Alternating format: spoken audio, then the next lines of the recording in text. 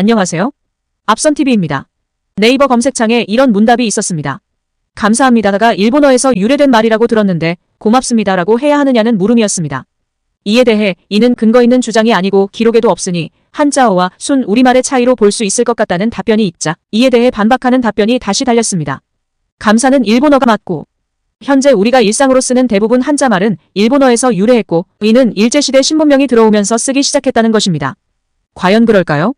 감사라는 단어는 중국어 사전에도 있는 말로 느낄 감자와 살해할 사자의 조합어로 마음으로 느껴 살해한다는 뜻을 가진 말이며 일본어가 아닌 한자어일 뿐으로 일제와 전혀 상관없는 말입니다. 감사라는 단어는 동아시아의 한자 문화권 간의 문화교류로 나온 결과물로 결코 일본어가 아닙니다. 순우리말 고맙습니다를 쓰면 되지만 한글 창제 당시 한글 사용 자체도 거부했던 옛날의 선비계층은 반드시 한자 표기만으로 소통되는 언어를 쓰고자 했으며 어려운 한자를 모르고 순우리말 위주로 언어 생활을 한 백성과 한자 이용만으로 의사소통을 하고자 한 선비계층 간 두 종류의 언어가 존재했습니다. 결국은 한자를 모르는 백성들도 선비들이 만든 한자 용어를 소리만으로 익혀 사용하게 되는 것입니다. 감사라는 말은 그 뜻 그대로 각국 언어대로 발음만 서로 다를 뿐 한자 문화권에서는 다 쓸 수 있는 말이고 한자로 표현하는 가장 적합한 단어였기 때문에 일제나 조선시대는 물론이고 삼국시대에서도 쓸 수 있었던 말입니다.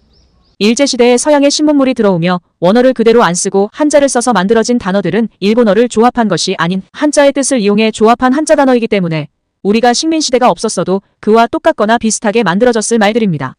일제시대에 만들어진 많은 한자어를 지금도 쓰고 있는 것은 맞지만 그것이 우리의 민족의식과 배치되는 말들인가요?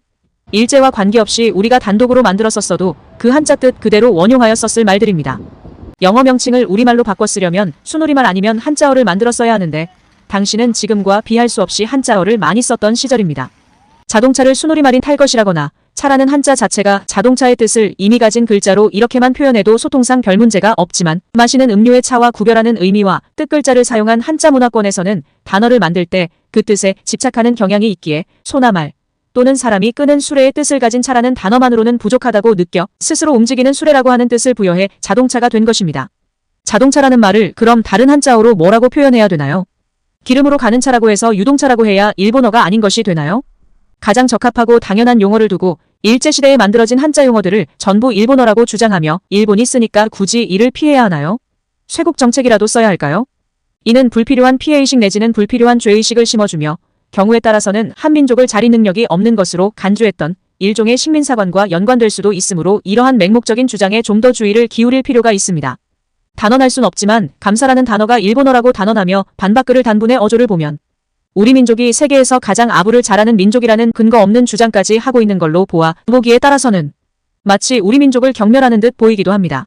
그렇다면 일본의 탄생 과정 자체가 한반도에 영향을 받은 것이 역사적 기록으로 명백하며 고대부터 우리 민족이 일본에 끼친 문화적 영향은 일제시대에 만들어진 몇몇 단어와 비교할 수 없는 큰 규모이고 요즘의 일본 청소년들은 한본어, 한일 믹스어 등 한국어인지 일본어인지 헷갈리는 신조어를 일상으로 만들어 쓰는 게 유행인데 일본인들은 그러면 자신들을 비하하며 수치심을 느끼며 살아가야 할까요? 한자어 자체를 쓰지 말자는 주장도 있습니다. 물론 한자어를 쓰지 않으면 우리말은 지금보다도 더욱 듣기에 아름다운 언어가 될 것입니다. 우리말에서 듣기에 조금 딱딱하게 느껴지는 것은 대부분 한자어 때문입니다. 하지만 한자어 역시 우리가 오래도록 사용해온 우리말이며 한자어는 단어를 함축하여 말의 길이를 줄여주고 서면의 글자 면적 점유를 줄여주는 큰 장점이 있는 것은 물론 모든 한자어를 당장 없앤다면 우리말의 사용이 크게 제한됩니다. 그래야 할 이유가 있을까요? 지금은 영어가 우리말의 한자어 대신 첨가되며 필요 이상 영어가 남발되는 경우가 많지만 어차피 점차 지구촌이 뒤섞여지는 시대이므로 일정 정도의 현상은 피할 수 없습니다. 우리의 국력이 신장됨에 따라 이제는 거꾸로 외국인들이 우리의 말과 글을 하나의 트렌드로 삼아 일상에서 섞어 쓰는 경우가 늘어나고 있으므로 뭐든지 인위적으로 바꿀 필요는 없으며 그렇게 할 수도 없는 것입니다. 우리의 역사에서 지울 수 없는 식민지배의 시절이 있었던 게 사실이고 창씨개명을 강요받았던 슬픈 역사 속에서 일상의 용어들도 당연히 영향받은 것도 사실이고 그 때문에 그 영향이 남아있는 것이 사실이지만 이를 교훈으로 다시는 그 같은 과오를 되풀이하지 않는다는 마음을 갖는 것이 중요한 것이지 무분별하게 일상의 모든 것을 일제와 연결짓는다면 우리의 문화를 왜소하게 만들 뿐 실익도 전혀 없는 것은 물론 피곤해서 살 수가 없을 것입니다. 30-40년 전만 해도 우리나라 건설 현장의 건축 용어는 대부분 일본어였습니다. 한자어가 아닌 그냥 일본어 발음의 일본어였죠. 데모도 하리 왁구 등 일본어 용어를 모르면 그야말로 시로도라고 하며 일꾼으로 쳐주지도 않았습니다. 하지만 지금은 일본어를 사용하는 일이 거의 없으며 젊은 일꾼은 아예 알아듣질 못합니다. 지금도 일부 나이 많은 일꾼이 자기도 모르게 일본어를 사용하면 젊은 일꾼이 못 알아듣겠으니 일본어 사용하지 말라고 핀잔을 주기도 합니다. 예전에는 사회적으로 그렇게 일본어 쓰지 말자고 각계에서 주도했어도 별 실효성이 없었으나 이후 별 정책 없이 그냥 놔둔 지금은 각자의 필요성에 의해 자연히 현장의 일본어가 소멸돼가는 상태입니다. 혹자는 감사합니다가 고맙습니다의 높임말이라는 주장도 있는데 사실관계는 명확하지 않습니다. 다만 우리말의 고맙습니다라는 말이 좀 더 친근하고 가깝게 느껴지는 면이 있고 감사합니다는 상대적으로 공식적인 말로 쓰이는 경우가 많습니다. 우리가 가족이나 가까운 사람에게는 고맙습니다, 고마워요라는 말을 더 많이 쓰며 특히 경어가 필요 없는 사이에서는 고마워라고 표현하지 감사해라고 표현하는 경우는 드뭅니다. 하지만 고맙습니다도 감사합니다도 우리말이고 그만큼 우리가 표현의 영역이 큰 걸 고맙게 생각해야지 이 중 하나만 쓰자는 주장은 우리의 언어 문화의 영역을 축소시키는 행위일 뿐입니다.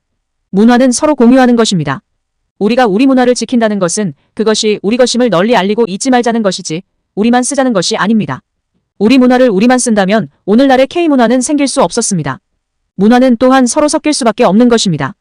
영어라고 해서 100% 영어로만 이루어진 것이 아닙니다. 오늘날 지구상에서 자기들만의 언어로 생활하는 경우는 문명이 단절되어 원시 생활을 하는 소수 부족민 외에는 없습니다. 이렇듯 큰 흐름의 문화는 단기간에 인위적으로 만들어낼 수 없는 것입니다. 일본이 아무리 K-팝을 모방하고 능가하려 발버둥을 치며 J-팝을 세계화하려 해도 안 되듯 국력과 상관없이 더 강하고 더 필요한 것이 더 약하거나 필요성이 적은 것을 지배할 수밖에 없는 것입니다. 때문에 우리 것을 제대로 지키기 위해서도 우리 것을 소중히 하며 장점을 부각하고 단점을 보완하여 더욱 널리 퍼뜨려 알리는 것이 중요합니다. 맹목적으로 무엇에나 일본의 잔재를 갖다 붙여 배척하며 쓰지 말자고 주장하는 것은 본인의 의도와 관계없이 타인에게 불필요한 죄의식을 심어주는 게 될 수 있습니다. 과연 이런 주장을 하는 분들 자신은 실생활에서 얼마나 일제의 불필요한 잔재를 배척하려 노력하며 살까요? 한번 되돌아봐야 하지 않을까요? 시청해주셔서 감사합니다.